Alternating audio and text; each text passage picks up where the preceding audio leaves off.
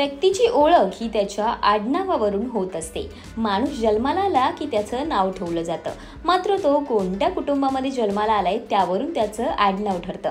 काही लोकांना आपलं आडनाव युनिक असावं असं वाटत असतं, त्यामुळे ते देखील काही जण आपलं आडनाव बदलतात.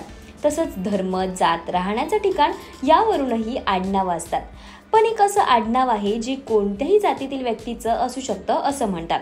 फोर्ब्सच्या मते देशभरात 30 लाखापेक्षा अधिक सरनेम आहेत. पण भारतातील सगळ्यात कॉमन सरनेम कोणतं आहे हे तुम्हाला माहिती आहे का? जाणून घेऊयात. भारताचा विचार केल्यास या देशामध्ये जवळपास 40 लाखांपेक्षाही जास्त आडनावं तुम्हाला आढळून येतील. काही आडनावं इतकी गमतीदार असतात त्यावरून अनेकदा विनोद देखील होतात, तर काही आडनावं हे भारदस्त असतात.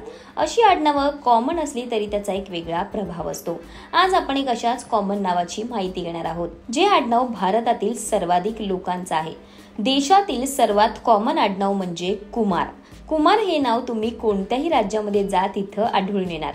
कुमार हे आडनाव देशातील सर्वात कॉमन आडनाव आहे. या आडनावाची माणसं तुम्हाला सगळीकडेच दिसतील. काही मुली आपल्या नावाच्या पुढे कुमारी असं नाव देखील लावतात, तर काही जणी देवी असं नाव देखील लावतात.